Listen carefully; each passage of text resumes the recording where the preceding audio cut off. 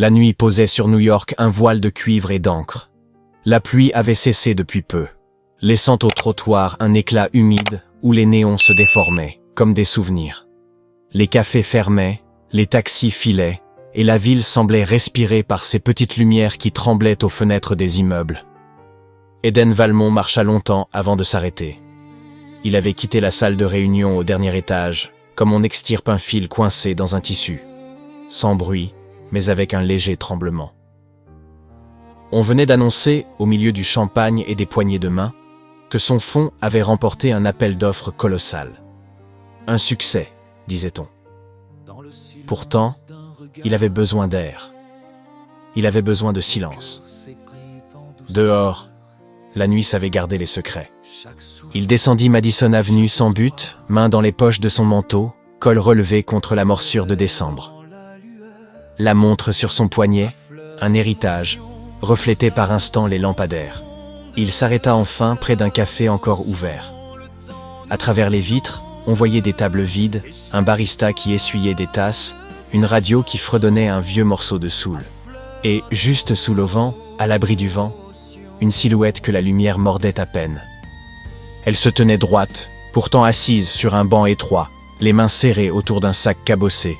Son manteau beige, trop fin pour la saison, laissait deviner un frisson qui remontait des doigts aux épaules. Elle ne regardait ni les passants, ni la rue. Elle fixait le reflet d'elle-même dans la vitre, comme si la ville lui rendait un visage qu'elle hésitait à reconnaître. Quand Eden s'approcha, il crut d'abord à l'un de ces mirages qu'on croise tard dans la nuit, quand l'âme est plus fatiguée que le corps. Sa beauté n'avait rien d'éclatant, pas de ces feux qui crient pour être vus. C'était une beauté calme, qui naissait des lignes pures du visage, du regard ferme, de la bouche qui se retenait de trembler. La peau caramel captait la lumière sans l'avaler. Les cheveux, tirés simplement, encadraient la douceur d'un front haut. « Vous avez l'air de négocier la paix avec la nuit », dit Eden, d'une voix trop douce pour la ville. Elle tourna la tête, le jaugea, puis esquissa un sourire, minuscule, prudent. « La nuit ne négocie pas », répondit-elle. « Elle prend ce qu'elle veut. Et parfois, elle vous rend un peu de ce qu'elle a pris. Comme quoi, par exemple? Un peu de courage, un peu de silence, un peu de place pour respirer. » Sa voix était basse, posée, avec une musicalité qui disait un ailleurs, peut-être la langue de l'enfance. Eden retira sa main de sa poche, hésita un instant, puis désigna le café. « J'allais prendre un thé. Vous en voulez un aussi ?» Elle le dévisagea, sérieuse. La méfiance passa dans ses yeux, rapide comme une ombre, puis se retira. « Un thé ferait du bien, merci. » Ils s'assirent près de la vitre. La chaleur leur redonna des couleurs. Elle posa son sac près de ses pieds et garda les mains autour de la tasse fumante. Eden, sans savoir pourquoi, sentit qu'il ne fallait pas lui demander son histoire tout de suite. Il parla d'abord de la pluie, du disque à la radio, de l'odeur de cannelle. Elle répondit, une phrase après l'autre, avec une précision tranquille. Elle s'appelait Naya. Elle venait d'arriver à New York, depuis plus longtemps que prévu. Elle rit lorsqu'il lui demanda ce que ça signifiait. Au début, dit-elle, c'était pour 3 mois. Une amie m'avait promis un canapé, quelques contacts. J'ai trouvé des petits boulots, et puis la vie a fait ce qu'elle sait faire de mieux. Elle a compliqué les choses. Mais je vais bien. J'apprends. On survit en apprenant. Il entendit le mot « survie » et le reçut comme un éclat de verre. Elle n'en dit pas davantage. Il ne demanda rien. Il apprit seulement qu'elle aimait dessiner, qu'elle griffonnait sur des carnets reliés à la main, qu'elle notait les phrases volées dans le métro, les contours d'un pont, le profil d'un inconnu. Elle fit glisser, comme par inadvertance, un carnet hors de son sac. Sur le papier crème, un visage, celui d'une vieille dame, dans un bus, les yeux clos, la bouche légèrement ouverte, la fatigue dessinée avec une délicatesse bouleversante. « C'est vous qui avez fait ça ?» demanda Eden. « Je fais ce que je peux. Le reste, c'est la lumière. » Il leva les yeux vers elle. Le barista baissa le rideau métallique à moitié. La radio grésilla, puis se tut. Eden paya et proposa de marcher un peu. Naya accepta. Ils sortirent dans la nuit redevenue froide. Ils remontèrent la rue jusqu'à un croisement d'où l'on voyait un bout de skyline découper le ciel. Eden lui parla de ses insomnies, des escaliers qu'il préfère aux ascenseurs, de sa mère française qu'il avait emmenée, enfant, dans des expositions de photos où l'on apprenait à regarder plutôt qu'à voir. Naya lui dit qu'elle connaissait la petite bibliothèque de Brooklyn où l'on peut rester à l'abri même quand on ne lit pas. Elle parla peu d'elle-même, mais ce qu'elle dit suffisait. Il y avait eu des promesses non tenues, des portes fermées, des mains qui se retirent trop tôt. Rien de spectaculaire, rien d'indigne. Seulement la somme de petites choses qui vous poussent lentement hors du monde. Quand ils se retrouvèrent devant l'entrée de l'hôtel que possédait la société d'Eden, l'heure était tardive. Il s'arrêta, se tourna vers elle, chercha les mots. « Je ne sais pas comment vous dire ça sans que ça sonne mal, » dit-il. « Vous n'avez pas où dormir ce soir, n'est-ce pas ?» Naya, sans détour, répondit. « Pas un endroit où l'on ferme la porte. » Il respira, puis se lança. « Montez, une chambre, une nuit, sans condition. Je rentre chez moi. » Il laissa un temps. « Ou si vous préférez, je prends la chambre, vous prenez mon appartement. Peu importe, tant que vous pouvez fermer une porte et dormir. » Il n'y avait ni pitié, ni curiosité dans ces mots.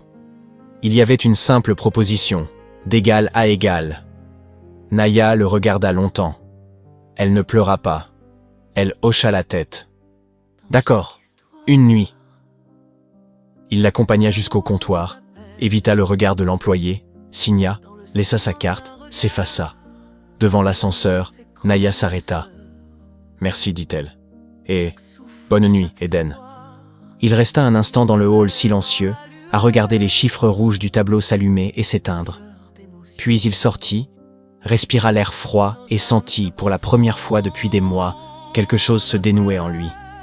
Les jours suivants ne s'écrivirent pas comme un conte. Naya ne devint pas en une nuit la protégée d'un empire. Le matin, elle laissa un petit mot à la réception. Un dessin minuscule d'un lampadaire penché et une phrase « Je rends ce que la nuit m'a prêté ». Elle revint au café, chercha du travail, dessina. Eden, qui avait laissé son numéro, reçut un message un soir. Le thé était bon. J'ai trouvé quelques heures de ménage dans une galerie de Soho. Si un jour vous avez encore besoin de marcher. Il sourit. Ils marchèrent. Ils inventèrent un rythme, une marche, parfois un sandwich, souvent un silence. Naya parlait plus facilement quand elle marchait.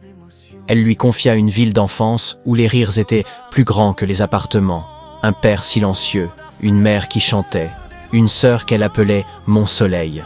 Elle lui dit la honte qui colle quand les choses se défont et la fierté qu'il faut pour avancer droit. Eden lui confia des victoires sans goût, des dîners trop longs, des amis qui demandaient toujours la même chose. Il lui parla du vide après le sommet. Un dimanche, ils entrèrent dans la galerie où Naya faisait le ménage avant l'ouverture. Il y avait là des toiles abstraites au prix extravagant. Naya passa un chiffon sur un cadre, puis s'arrêta devant une photographie en noir et blanc. Un visage d'homme, ridé par le temps, mais les yeux encore curieux. « Je l'aime, » dit-elle. On dirait qu'il essaie d'attraper une chanson qui recule. Le galeriste, un homme à lunettes rondes, les rejoignit et se mit à parler d'argent. Eden s'ennuya. Naya, elle, demanda s'il prenait des dessins d'inconnus en dépôt, juste pour une semaine. L'homme rit, puis, devant le sérieux de son regard, se reprit et accepta de voir. Naya apporta un carnet. Eden regarda l'homme feuilleter, changer d'attitude, demander un nom. Naya écrivit seulement « Naya ». Le galeriste dit qu'il les appellerait. Ils sortirent. La ville était claire et froide. Les semaines passèrent ainsi, tissées de petites choses. Un parapluie partagé, un billet glissé dans un livre à la bibliothèque, un dîner dans un restaurant trop chic où Naya osa à peine toucher à son assiette. Un fou rire parce que la serveuse avait renversé de l'eau et qu'Eden, par réflexe, s'était levé pour l'aider. La presse, un jour, s'en mêla. Une photo prise à la volée. Eden, costume impeccable, Naya à ses côtés, son manteau beige rapiécé au coude, sa beauté sans bijoux. Le titre parla de mystérieux inconnus. Les commentaires furent pires. Naya disparut 2 jours. Eden la chercha sans la harceler. Quand elle réapparut, elle avait les yeux fatigués. « Je ne veux pas devenir une histoire de quelqu'un d'autre, » dit-elle. Je ne veux pas être votre alibi contre la solitude. Et je ne veux pas que vous soyez un secret, répondit Eden. Il proposa alors ce qui lui semblait la seule façon d'avancer sans la trahir. Du temps, de l'espace, des règles claires. Ils continuèrent de se voir, mais Naya garderait ses repères, son travail à la galerie, ses carnets, ses amis du café. Il n'y aurait pas de promesses qu'ils ne pourraient pas tenir. Et si un jour l'un d'eux voulait partir, il le dirait, simplement, sans disparaître. On dirait un contrat, sourit Naya. Les meilleurs contrats sont ceux qu'on écrit à deux, répondit Eden. Au printemps, la galerie rappela. Les petits dessins avaient trouvé des acheteurs. Rien d'extravagant, mais assez pour payer un loyer modeste dans un appartement lumineux du Lower East Side. Naya en visita 3, choisit le pire sur plan. Un escalier grinçant, une fenêtre sur un mur, puis tomba amoureuse de la lumière qui entrait à 10 heures du matin par la cuisine. Elle y mit une table qu'elle trouva dans la rue, des plantes qu'elle s'obstina à sauver, et un clou pour accrocher la montre héritée d'Eden quand il la lui confia un soir, geste fou et tendre, le temps prêté, comme la nuit. Ils s'embrassèrent pour la première fois sur un toit, une veille d'orage. Eden avait les mains tremblantes de ceux qui ont trop attendu. Naya posa les siennes sur son visage et dit, tout près. « Je n'ai pas peur de vous. J'ai peur de ce que je pourrais devenir près de vous si j'oublie qui je suis. »« Alors souvenez-vous, répondit-il, je vous aiderai. » L'été apporta sa chaleur et ses exigences. Un partenariat stratégique plaça Eden au centre d'un cyclone. On lui reprocha une politique d'investissement jugée arrogante. On fouilla ses prises de position publiques. On lui colla l'étiquette du prince froid. Lors d'un gala caritatif, on l'invita à parler. On ne savait pas qu'il allait dévier le discours. La salle était pleine, les diamants bavardaient.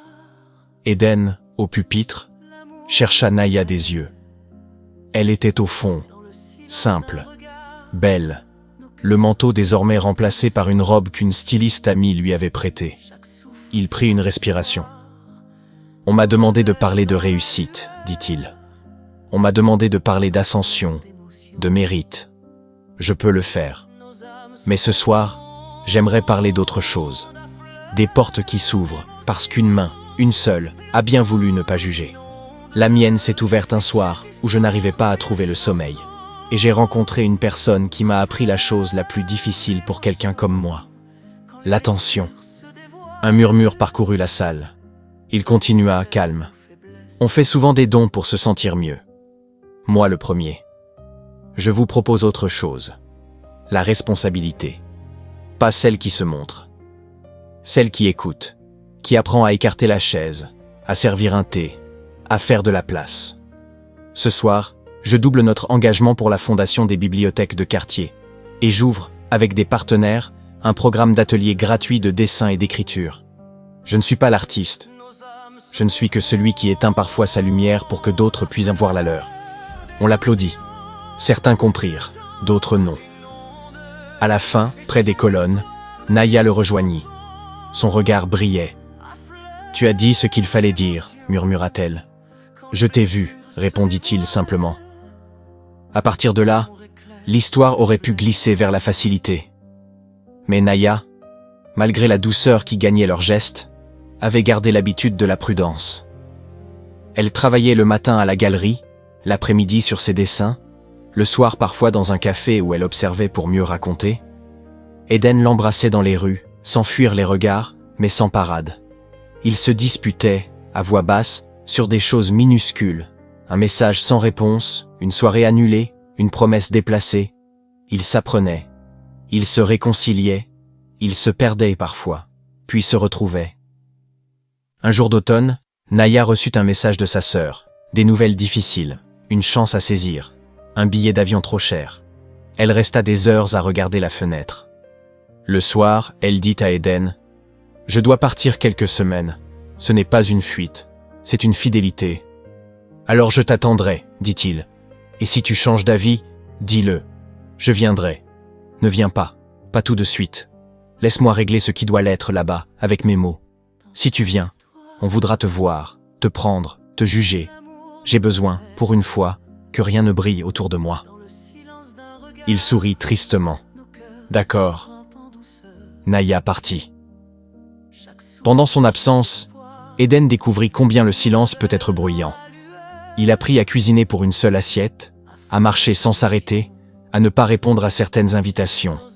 Le programme d'atelier qu'il avait lancé prit forme. Les premières séances eurent lieu dans une salle qui sentait la craie et la peinture fraîche. Des adolescents y arrivèrent, sans bruit, repartirent avec des pages remplies de traits et de mots. Eden les regardait sans parler, apprenant de leurs gestes timides la patience qu'il n'avait jamais eue à exercer. Naya revint un soir de pluie, comme la première fois. Elle sonna chez lui. Quand il ouvrit, elle posait contre sa hanche un grand carton à dessin. Ses yeux brillaient, comme s'ils avaient beaucoup pleuré et beaucoup ri. « Je n'ai pas de fleurs, dit-elle. J'ai mieux. » Ils étalèrent les feuilles sur la table. C'étaient des portraits, des femmes surtout, des mains, des regards, des rides qui racontaient. Au milieu, un dessin d'Eden, de profil, la main posée sur une table, la montre comme un soleil discret, la bouche un peu dure mais les yeux étonnamment doux. « Je t'ai dessiné comme je te vois quand tu crois que personne ne te regarde, » dit Naya. Il eut du mal à parler, puis il dit « Reste, je reste, » dit-elle. Ils parlaient, s'enlacèrent et s'abandonnaient l'un à l'autre dans une nuit de passion.